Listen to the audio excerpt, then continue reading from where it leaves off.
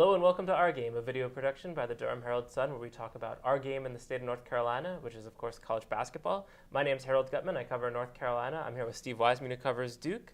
And let's get right to it. Both the Tar Heels and the Blue Devils had some tough road losses last weekend. UNC fell to 0-3, and Duke went to 1-2. Duke bounced back with a home win against Virginia, while UNC had all week to kind of think about what was going on with them.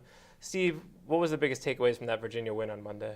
Well, the passion and emotion the team played with was such a striking improvement from the game at Clemson, where they just really fell apart in the second half. Were dominated by a Clemson team that's better, but they shouldn't be dominating Duke like that in the second half. And one of the things that Coach K brought up after the game was his own emotional situation from the death of his brother. He tried to keep that under wraps for a couple of weeks, but I know that from talking with his family members, with his wife Mickey, right before the game at Notre Dame, they just buried his brother Bill less than 24 hours before that.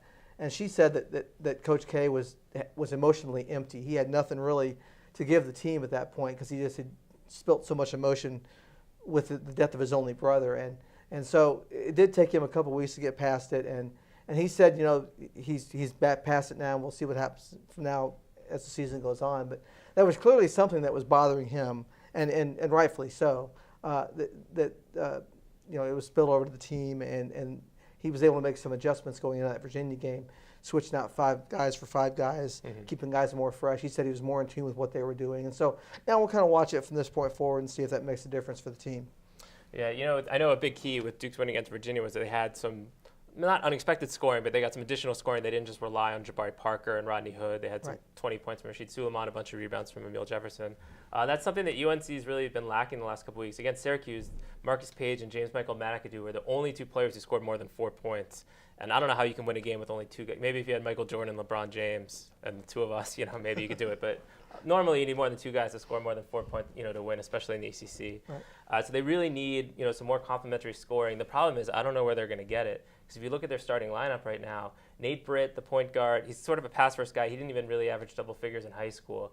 So you don't know. I wouldn't expect the scoring to come from him. JP Tokido's great rebounder, great defender. He's a slasher. The problem is he can't really hit free throws. So when he gets fouled, that doesn't help, and he doesn't have the best shooting stroke. And then at center, Joel James just doesn't have a very developed offensive game. But they do have Leslie McDonald coming off the bench. Unfortunately for him, he's in a bit of a shooting slump right now. I think a lot of people thought the scoring would come from him. They have a couple other post options like Bryce Johnson and Kennedy Meeks. They just need someone other than Marcus Page and James Michael McAdoo to step up and start hitting some shots if they're going to get out of this funk. Now, looking forward, both UNC and Duke will be at home on Saturday. Duke's got a local rival, NC State. What do you expect from that game? Well, they have to follow up on what they did against Virginia. They have to have more strong inside play from Emil Jefferson, who was tremendous against Virginia, as you mentioned. Suleiman shooting from the outside really helped him. Rodney Hood, is scoring well and doing what he needs to do. At some point here, Jabari Parker's going to have to get out of his slump. He only scored 8 points against Virginia, and they won anyway, so everybody's kind of forgetting about that. But it has been 3 or 4 games here for Jabari. The team isn't worried about it. They know that Jabari's going to score again, but at some point here, he's got to do it. And another home game against NC State, they need to get that going. And Carolina plays Boston College. Yeah, right? They got Boston College, who's probably in the running for most disappointing team in league history. I mean, they certainly had some NCAA tournament aspirations, and now they sit here, I think, 5-12 at the moment. So if you're looking at UNC at 0-3, they've had the week off to kind of work on some things, and now they get probably Boston College with them and Virginia Tech, probably the 2 worst teams in the league, to kind of maybe build some confidence and get some momentum going as they head towards the rest of conference play. The only other time they've ever started 0-3 in the ACC was Dean Smith's final year, and they made it all the way to the Final Four. Now, obviously, I'm not saying UNC is capable of that, although they did beat, with Louisville and Michigan State and Kentucky. You can't necessarily say that they wouldn't make the Final Four with wins like that. They're still 3 of the best wins that any team has in the country.